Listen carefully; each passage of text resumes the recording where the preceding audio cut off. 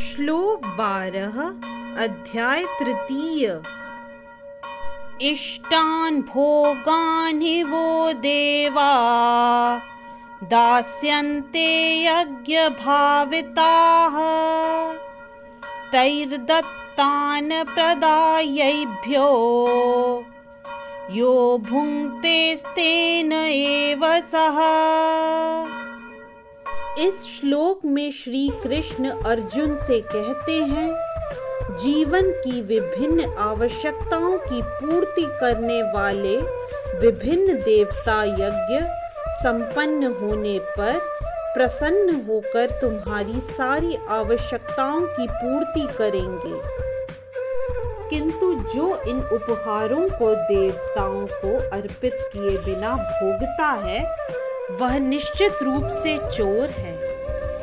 यदि इस श्लोक का विस्तार करें तो देवता गण भगवान विष्णु द्वारा भोग सामग्री प्रदान करने के लिए अधिकृत किए गए हैं, अतः नियत यज्ञों द्वारा उन्हें अवश्य संतुष्ट करना चाहिए।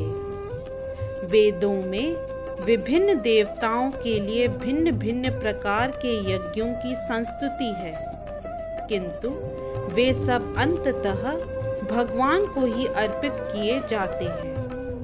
किंतु जो यह नहीं समझ सकता है कि भगवान क्या है, उसके लिए देव यज्ञ का विधान है।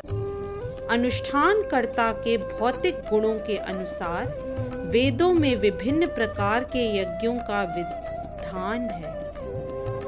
विभिन्न देवताओं की पूजा भी उसी आधार पर अर्थात गुणों के अनुसार की जाती है। उदाहरण के लिए मांसाहारियों को देवी काली की पूजा करने के लिए कहा जाता है, जो भौतिक प्रकृति के घोर रूपा है, और देवी के समक्ष पशु बलि का आदेश है। किंतु जो सतोगुणी है उनके लिए विष्णु की दिव्य पूजा बताई जाती है। अंततः समस्त यज्ञों का ध्येय उत्तरोत्तर दिव्य पद प्राप्त करना है। सामान्य व्यक्तियों के लिए कम से कम 5 यज्ञ आवश्यक हैं, जिन्हें पंच महायज्ञ कहते हैं।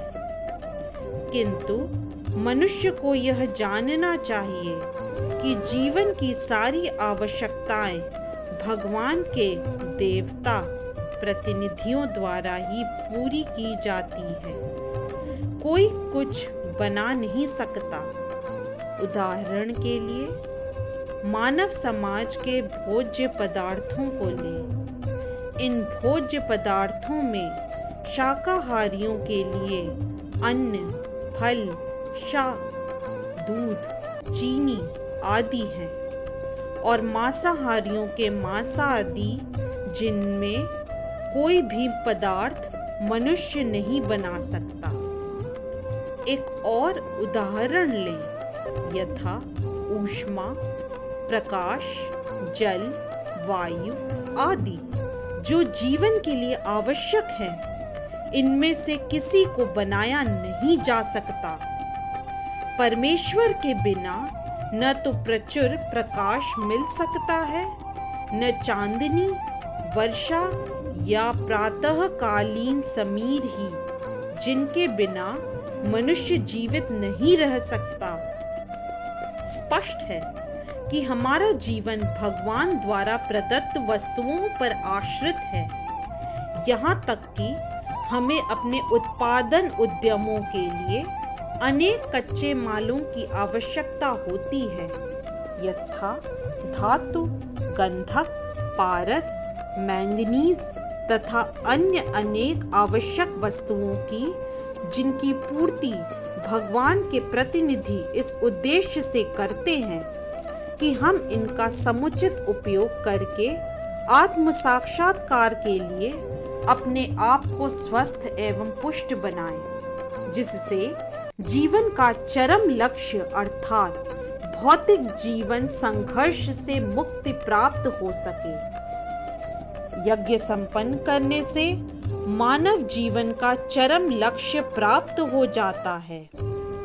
यदि हम जीवन उद्देश्य को भूलकर भगवान के प्रतिनिधियों से अपनी इंद्रिय तृप्ति के लिए वस्तुएं लेते रहेंगे और इस संसार में अधिकाधिक फंसते जाएंगे, जो कि सृष्टि का उद्देश्य नहीं है, तो निश्चय ही हम चोर हैं और इस तरह हम प्रकृति के नियमों द्वारा दंडित होते रहेंगे।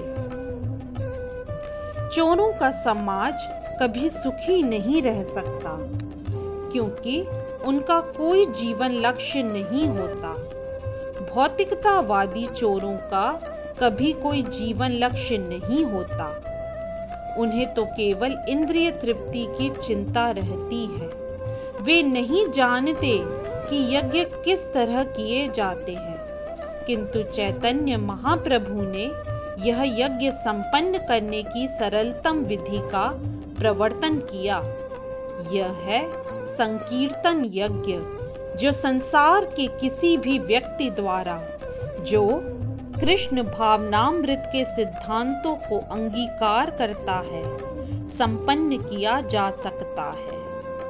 इस तरह से श्लोक 12 अध्याय 3 की व्याख्या यहीं संपन्न होती है। जय श्री कृष्णा। यदि आज का वीडियो आपको पसंद आया तो कृपया लाइक, शेयर, सब्सक्राइब और कमेंट करना न भूलें। चैनल का नाम है मिस्टिक फेथ। धन्यवाद।